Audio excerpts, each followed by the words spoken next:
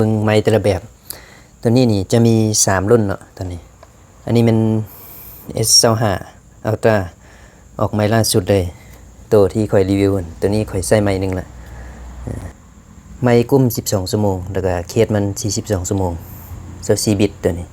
ระยะไกลของมัน250เมตรตัวนี้มีโหมดตัดเสียงรบกวนแบบ AI แล้วก็โหมดตัดเสียงแบบธรรมดาตามค่อยรีวิวหั่นน่ะก็มีกันลมพร้อม2อันมีหัวเปลี่ยนหน่อยมีหัวรับสัญญาณมีสายสากหัวสากพร้อมจะติดนี่ตัวนี้ตัวใหม่ล่าสุด2,457,000และตัวรุ่นอ้ายมันตัวมาตัวนี้ออกก่อนตัวนี้เป็น SLC ตัวนี้นี่จะ16บิตไมค์ของมันนี่กุ้ม6ชั่วโมงเคสนี่35ชั่วโมงแต่ตัวนี้นี่อัตโนมือเปิดเอาตัว S5 อัตโนมัติจับขึ้นมาใช้งานได้เลยอันนี้เปิดอันนี้ก็จะมีโหมดตัดเสียงรบกวนแล้วก็โหมด Echo มีปุ่มเร่งเสียงคือกัน4ระดับคือกันเป็นแบรนด์เดียวกัน Go Check เปลี่ยนหัว Type C Lightning ได้คือกันเครื่องอุปกรณ์ครบคือกันหัวสากสายสากถงพร้อมแล้วก็กันลมต่อมานี่แม่นอันนี้โมมาลัด A1 น้อยๆจิ๋วๆตัวนี้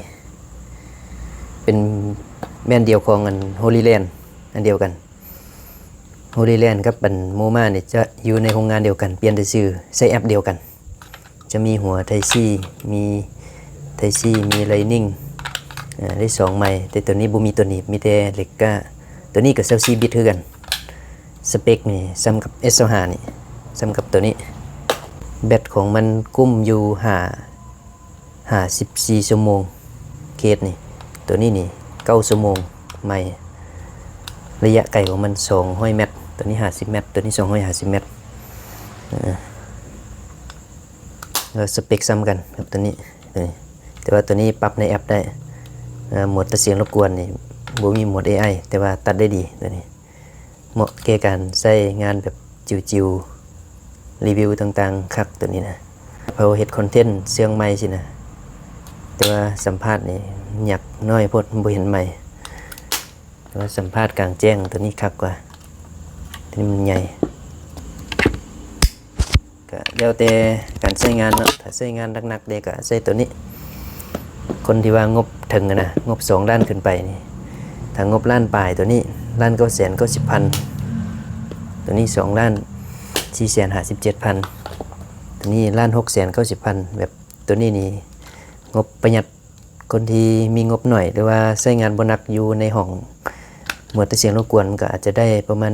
80-90% สินะมันอาจจะตัดบ่ได้ห้อยแต่ว่ามันก็ใช้งานได้ดีแต่ตัวนี้นี่